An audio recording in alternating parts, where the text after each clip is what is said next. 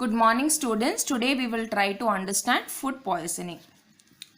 When, when microbes grow on food, they produce toxic substances.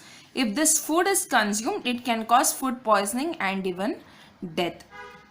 Now, when microbes grow on food, they produce toxic substance. Here, toxic substance is nothing but chemicals. And when you consume these chemicals, it causes food poisoning and even death. Fruits, vegetables and cooked food get spoiled if kept at room temperature for long. If you leave the fruits, vegetables and cooked food outside for a very long time at room temperature, it will get spoiled because these have moisture in them. When moisture is there and temperature is favorable, microbes can grow on them. Fungal growth on bread is common. I had explained to you with respect to bread mold. Okay, bread mold is nothing but it's a fungus that grows on the bread. In summer, milk turns rancid due to high temperature. That is why milk should be stored in a cool and dry place in hot weather. Now, what do I mean by rancid or curdled? Rancid is nothing but it has got very unpleasant smell, and curdled is nothing but it forms lumps or big chunks of solid mass is being formed. That is nothing but curdled. Rancid means something very unpleasant. It has got an unpleasant smell. Now, how do we avoid this? We can avoid this by employing various food preservation techniques. First one is refrigeration. Low temperature reduces the rate of reproduction of microbes in food. Now, when the temperature is low, microbes will not act. Microbes need a particular favorable temperature for it to multiply or for it to grow. But since the temperature is low, it will not multiply. Dehydration or drying. Dehydration means removal of water. There is no water. Sun drying. Drying the substance in presence of sun. Spraying means here liquid food is converted into dry powder by passing it through hot air. So from the liquid substance, all the water molecule is removed and finally it is converted into dry powder. And freezing. Some nutrients are lost by this method. Drying is commonly used for preserving fruits, cereals, pulses, etc. Now, because of this dehydration or drying, certain nutrients are lost. Some nutrients or some substances might be heat sensitive, because of which they are destroyed either whenever you are spraying or trying to sun dry a particular substance. And these are commonly used for certain fruits, cereals and pulses. Addition of preservatives. Now, sodium benzoate and sodium metasulfite are chemicals that are used as preservatives.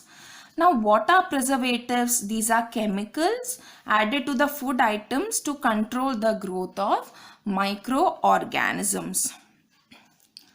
Oil and vinegar is used as a preservative for vegetables, fish and pickles. Salt, again it is used for pickles, chips, meat, etc. Sugar, it is used for jams, jellies and squashes. Freezing. In freezing, we reduce the temperature as well as there is no much loss of nutrients over here. Smoking. Meat products are preserved by the process of smoking. Now, the name itself is telling you the meat is supplied, or we supply smoke to it. Okay, so it uses drying technique plus smoke. We not only dry the meat as well as smoke it. We supply it with smoke. So it creates an acidic barrier when you try to preserve it by smoking.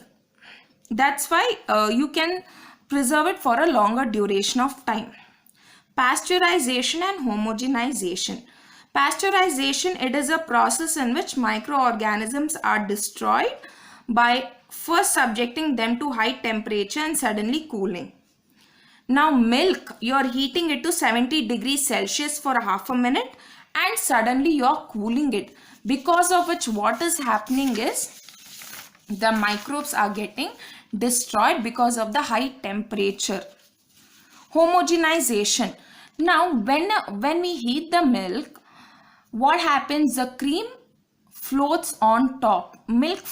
Cream floats on top.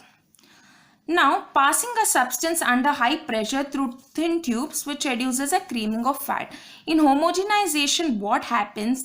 This cream is broken down and uniformly distributed. How?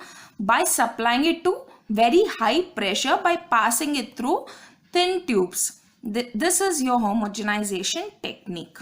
Next, moving on to canning. Here products are subjected to high heat and then sealed in cans or containers.